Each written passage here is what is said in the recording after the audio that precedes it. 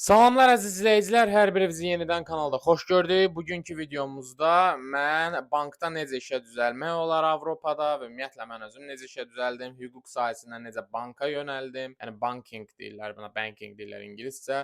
Yəni bu sahəyə necə yönəldim? Bütün bunları danışacağam. Bu sahəyə marağı olan adamlara da müəyyən məsləhətlər verəcəm. Üstəlik də Avropaya gəlib iş tapa bilməyən gənc tələbələr, də gənclər falan yaxın otursunlar. Bu mövzu onlara çox maraqlı ola bilər. Ümid edirəm ki, həqiqətən də yaxşı bir nəticələr çıxardacaqsınız bu videodan. Əvvəlcədən xahiş edirəm qəşəng bir dənə like qoyun, altdan şərhlərinizi yazın, dost-tanışla paylaşın bu videonu kim ki xaricdə oxumaq, yaşamaq istəyir. Bir də kanala abunə olub zınqrov düyməsini basın. Sayımız artsın, mən özüm də daha motivasiyalı olum ki, belə videolar sizin üçün çəkə bilim. Deməli ilk öncə öz tarixçəmdən danışsam, mən Bakıda İdarəçilik Akademiyasında hüquq oxumuşam, sonra Estoniyaya gəlmişəm xaricdə oxumağa, magistri və magistrda da beynəlxalq hüquq və insan haqları ixtisası üzrə Tartu Universitetində təhsil almışam. Təhsil aldığım dönəmdə müəyyən qədər mənim iş tapmaqda ağır problemlərim olurdu. Çünki mən əvvəlcədən o qədər də belə bilikli deyil idim bu sahə barəsində ki, məsələn də bu xaricdə oxuyanda hansı çətinliklər olur, hansı növ, yəni ki, belə deyək də mənfi cəhətlərlə üzləşə bilərsiniz. Yəni bütün bunlar barəsində çox xəbərsiz idim. Belə yol göstərən də yox idi, bir şey deyən də yox idi.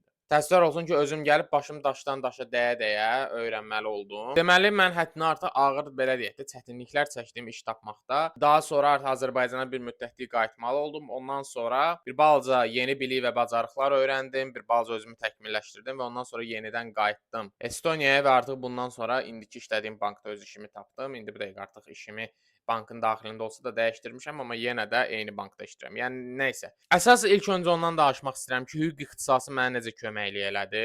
Əslində mən həmişə fikirləşirdim ki, sırf hüquq ixtisası üzrə xaricə gələndə iş tapmaq çətin olur ki, mənim də əslində кейsimdə belə olmuşdu. Sadəcə məsələ bundan ibarətdir ki, bəzən müəyyən hallarda bu hüquq ixtisası sizə köməklik də eləyə bilər. Mənim ümumiyyətlə bu kanalda ən çox dediyim mövzulardan biri də ondan ibarətdir ki, hüquq ixtisası ilə xaricdə gəlib oxumayın, iş tapmaq sizin üçün çox çətin olacaq. Yəni elə şirniklənməyin ki, hə xaricdə gedəcəm, oxuyacam, yaxşı şəkildə iş tapacam falan filan. Yox. Yəni ki, belə, yəni rahatlıqla iş tapmaq mümkün olmayacaq bu barədə. Amma sizə bəzi hallarda hüquq ixtisası necə köməklik eləyə bilər? Məsələn, mənim birinci işlədiyim iş compliance işi idi. Bu compliance də elə bir sahədir ki, hüquqla çox bağlılığı var. Başqa sözlə siz belə deyək də bir kampaniya daxilində mənə məsələn bank idi. Bank daxilində olan qaydaların, nə bilim də, strukturların, prosedurların hamısının müvafiq qanunvericiliyə uyğunluğunu yoxlayırdım. Yəni bu compliance işinin əsas mahiyyəti bundan ibarətdir və ümumiyyətlə bankın prosesləri gərək qanuna uyğun olsun və bunu da sanki mən təmin eləyirdim də öz öhdəmə düşən vəzifələri yerinə yetirərkən bunu mən təmin eləyirdim. Bax ona görə də sırf hüquq ixtisasında olan adama daha bir növ üstünlük verirdilər də belə işlərdə. İndilərdə də belə işlər var. Getdiyiniz ölkədə araşdıra bilərsiniz. Compliance sahəsində işlər çox ola bilər. Gedirsiniz o, yəni ki, işlərdə rahatlıqla işləyə bilərsiniz. Əgər təbii ki, ixtisasınız güclüdürsə və ixtisasınızdan əlavə də bir neçə dənə şey bilirsinizsə. Məsələn, mən özüm müəyyən əlavə bilik və bacarıqları öyrənmə məcburiyyətində qalmışdım. Məsələn, Azərbaycana qayıtdığım o qısa dövrdə mən çirkli pulların yuyulması ilə mübarizə haqqında olan konsepsiyaları öyrənirdim və bu konsepsiyaları öyrənməyim də ondan sonra ona gətirib çıxartmışdı ki, məsələn, intervyularda mən özümü daha rahat hiss edirdim. Bundan əvvəl, həm bu Covid dövründə ki, mən burada Estoniyada oldum və iş axtarmaqda ağır çətinliklər çəkdim. Yəni çox pis dövr idi həqiqətən də.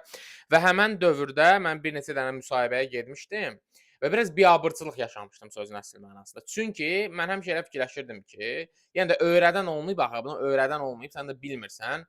Gedirsən başın daşdan daşa dəyə-dəyə öyrənirsən konkret. Və məndə də belə olmuşdu. Yəni mən intervyulara çağırılanda elə bildim ki, ha, intervyuya çağırıblarsa yəqin elə belə ümumi söhbət aparacaqlar və ondan sonra da yəqin ki, işə qəbul edəcəklər. Mən bilmirdim ki, intervyu prosesi həddindən artıq ağır, uzun çəkən və belə deyək də, güclü bilik və bacarıqlar, güclü hazırlıq tələb eləyən bir şeydir. Mən bunu bilmirdim. Və təsəvvür eləyin ki, mənə texniki suallar verirdi. Məsələn də işin sırf texniki tərəfi ilə əlaqədar olan suallar verdi. Amma təəssüflər olsun ki, mən o texniki tərəfi ilə əlaqədar olan suallara cavab tapa bilmirdim. Çünki təəssüflər olsun ki, bilmirdim ki, bunu xüsusi qeyib ayrıca da kurslar falan götürmək lazımdır. Çünki belə şey universitetlərdə öyrətmirlər. Universitetlər ancaq elə boş-boş nəzəriyyələri öyrədir sizə. Sırf real həyatda işdə lazım olacaq heç nə öyrətmir təəssüf ki. Bax elə ona görə də məsələn intervyu götürən qız mənə suallar verəndə mən mal təzə qapıya baxan kimi qızın sifətinə baxırdım, cavab verə bilmirdim təbii ki. Sizin CV və motivasiya məktubunuzun da böyük əhəmiyyəti var. CV və motivasiya məktubu elə bir şeydir ki, bu işə götürənin ən birinci diqqətini cəlb eləyən bir şeydir. Ona görə də hansısa bir kompaniyada işə girmək istəyirsinizsə, mütləq şəkildə CV və cover letter deyirlər də, bu motivasiya məktubunuzu olduqca yaxşı şəkildə yazmalısınız və yaxşı şəkildə deyəndə nə nəzərdə tutulur?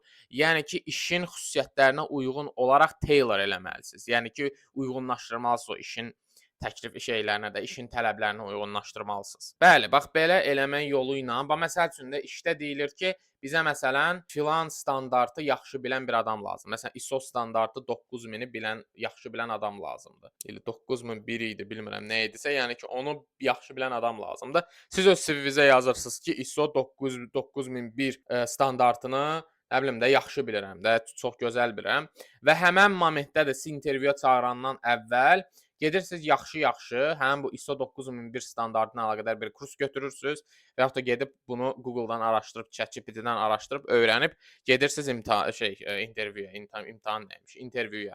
Və motivasiya məktubunda da sırf yəni ki, aşırı şəkildə göstərməlisiniz ki, sizi digər kandidatlardan fərqləndirən nədir, digər işə namizədlərdən fərqləndirən nədir?